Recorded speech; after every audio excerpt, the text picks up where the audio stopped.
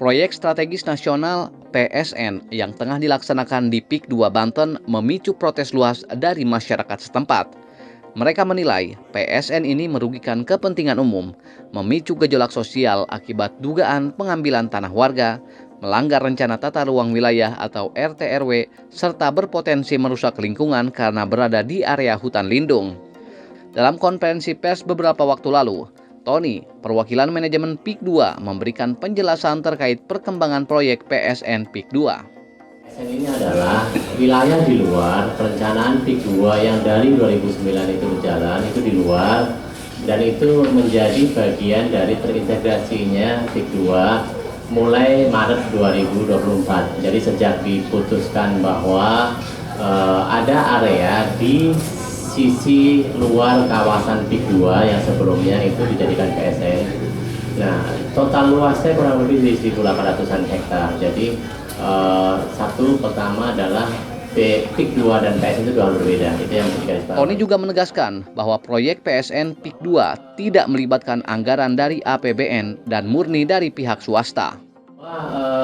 PSN ini murni investasi dari swasta, yaitu dari kami. Kalau boleh dilihat di Permenko 6 2024 itu ada 233 PSN yang ditetapkan oleh pemerintah. 49 diantaranya adalah swasta. Nah, swasta ini tidak sedikit pun memakai anggaran APBN. Artinya yang PSN yang dikelola oleh swasta yang 49 ini sedikit pun tidak memakai anggaran APBN. Jadi murni dari swasta.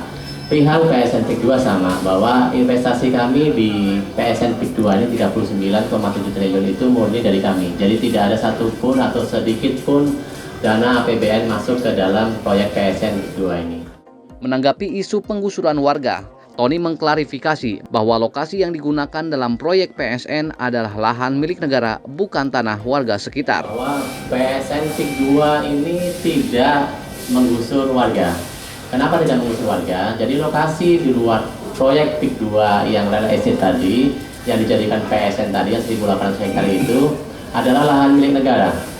Jadi bukan lahan milik warga sekitar, sehingga dipastikan bahwa proses pembangunan PSN PIK 2 ini tidak sedikit pun menggusur tanah warga. Jadi itu perlu digarisbawahi sehingga nanti tidak simpang siur bahwa PSN dijadikan alat untuk menggusur warga, tidak. Jadi PSN ini adalah lahan milik negara yang dijadikan PSN nanti kita kembangkan menjadi destinasi wisata.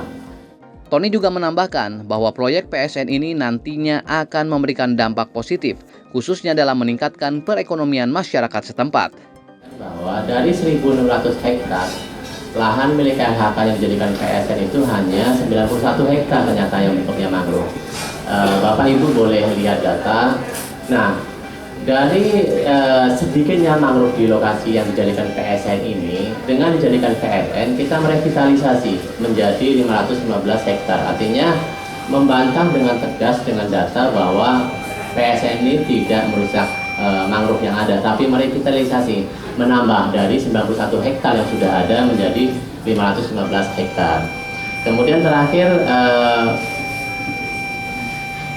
yang perlu kami tegaskan kembali bahwa berita-berita yang beredar selayaknya berdasarkan data, sehingga ini mengedukasi masyarakat apa sih dampak PSN ini gitu loh.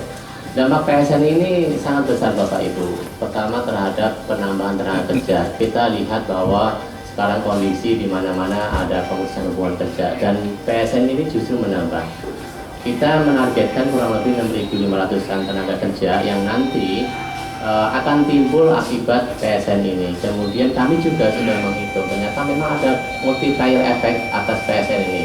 Jadi ketika PSN ini berjalan, kemudian ada beberapa restoran, beberapa tenan yang akan beroperasi di PSN ini akan menambah tenaga kerja, kurang lebih 13 ribuan tenaga kerja efek pengganda. Jadi jelas ini manfaatnya besar. Seharusnya ini menjadi edukasi masyarakat bahwa PSN ini tidak merusak, tapi berdampak banyak terhadap masyarakat.